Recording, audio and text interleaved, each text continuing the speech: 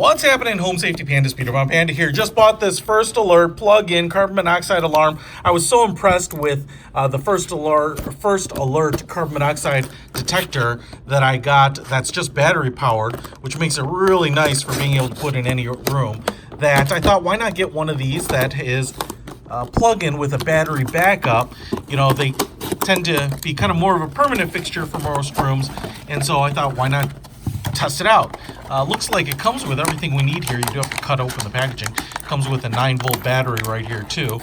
Ever ready, just like me, ever ready, and then instructions. So here is the alarm. It looks just like the other one that I showed you.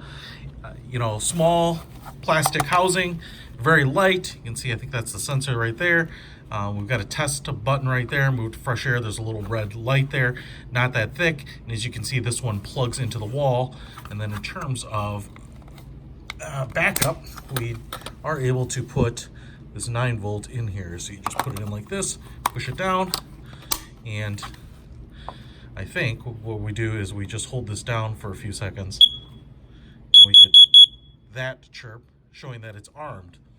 And it should work on the battery. And, you know, if you do lose power, which could absolutely happen, but otherwise it'll run off the outlet and, you know, keep you safe. So this is what it looks like.